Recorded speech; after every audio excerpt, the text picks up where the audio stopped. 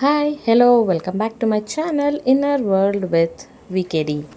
ಇವತ್ತಿನ ಈ ಕುಕಿಂಗ್ ವ್ಲಾಗಲ್ಲಿ ನಾನು ನಿಮಗೆ ತೋರಿಸ್ತಾ ಇರೋಂಥದ್ದು ಬೇಳೆ ಸಾರು. ಅಡುಗೆ ಗೊತ್ತಿರೋರಿಗೆ ಇದೊಂದು ಸಿಂಪಲ್ ಆದಂತಹ ಸಾರು, ಬಟ್ ಅಡುಗೆ ಏನೂ ಗೊತ್ತಿಲ್ಲದೆ ಇರೋರಿಗೆ ಈ ವಿಡಿಯೋ.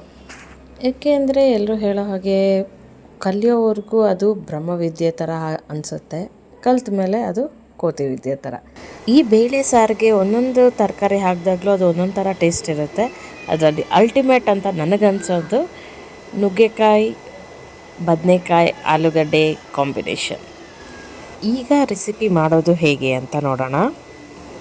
ಇಲ್ಲಿ ನಾನು 1 ಗ್ಲಾಸ್ನಷ್ಟು ಬೇಳೆ ತಗೋತಾ ಇದ್ದೀನಿ. ಸೊ ಅದನ್ನು ಮೊದಲಿಗೆ ನಾನು ನೀಟಾಗಿ ತೊಳೆದು ಇಟ್ಕೋತಾ ಇದ್ದೀನಿ. ಈಗ ಅದಕ್ಕೆ 1 ಚೊಂಬನಷ್ಟು ನೀರು, 2 ಮೀಡಿಯಮ್ ಸೈಜಿನ ಈರುಳ್ಳಿ, 2 ಟೊಮ್ಯಾಟೊ ಕಟ್ ಮಾಡಿರೋದು, ಇದೆಲ್ಲ ಆ್ಯಡ್ ಮಾಡ್ಕೋಬೇಕು. ಅದರ ಜೊತೆಗೆ 1 ಸ್ಪೂನಷ್ಟು ಉಪ್ಪು, ಸ್ವಲ್ಪ ಎಣ್ಣೆ ಮತ್ತು 1/4 ಸ್ಪೂನಷ್ಟು ಅರಿಶಿಣ, ಇದಿಷ್ಟನ್ನು ಹಾಕಿ 1-2 ವಿಸಿಲ್ ಆಗೋವರೆಗೂ ಅದನ್ನು ಬೇಯಿಸ್ಕೋಬೇಕು. ನಿಂಬೆಹಣ್ಣು ಗಾತ್ರದಷ್ಟು ಹುಣಸೆಹಣ್ಣನ್ನು ನೆನೆಸಿಟ್ಕೊಂಡ್ಬಿಡೋಣ. ಅದಾದಮೇಲೆ ತರಕಾರಿನೆಲ್ಲ ಕಟ್ ಮಾಡಿ ಇಟ್ಕೋಬೇಕು. ಸೊ ಆಲೂಗಡ್ಡೆ, ಬದನೆಕಾಯಿ,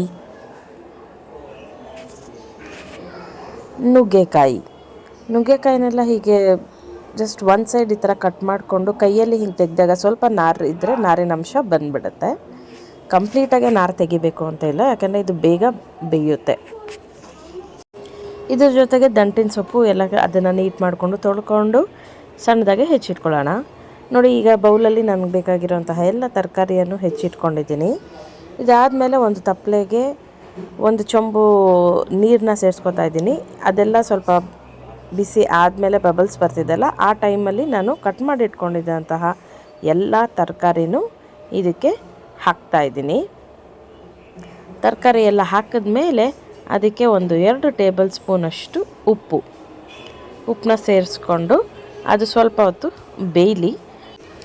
ಈಗ ಒಂದು ಚಿಕ್ಕ ಬೌಲ್ಗೆ ಈ ಮೆಷರ್ಮೆಂಟಲ್ಲಿ 1-2 ಟೇಬಲ್ ಸ್ಪೂನಷ್ಟು ಬೇಳೆ ಸಾರು ಪುಡಿನ ನೀರು ಹಾಕಿ ಅದು ಗಂಟು ಇಲ್ಲದೇ ಇರೋ ರೀತಿ ಅದನ್ನು ನೀಟಾಗಿ ಕಲಸಿಟ್ಕೊತಾ ಇದ್ದೀನಿ.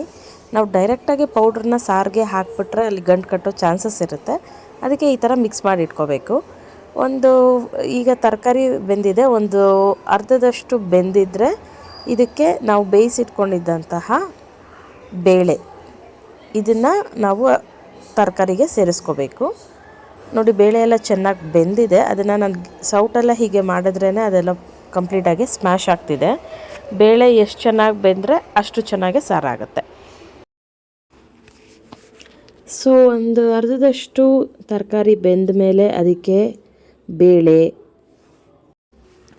ಮತ್ತು ನಾವು ಕಲಸಿಟ್ಕೊಂಡಿದ್ದಂತಹ ಖಾರದ ಪುಡಿ ಇದಿಷ್ಟನ್ನು ಹಾಕಿ ಒಂದು 5 ನಿಮಿಷ ಬೇಯೋಕ್ಕೆ ಬಿಡ್ತಿದ್ದೀನಿ.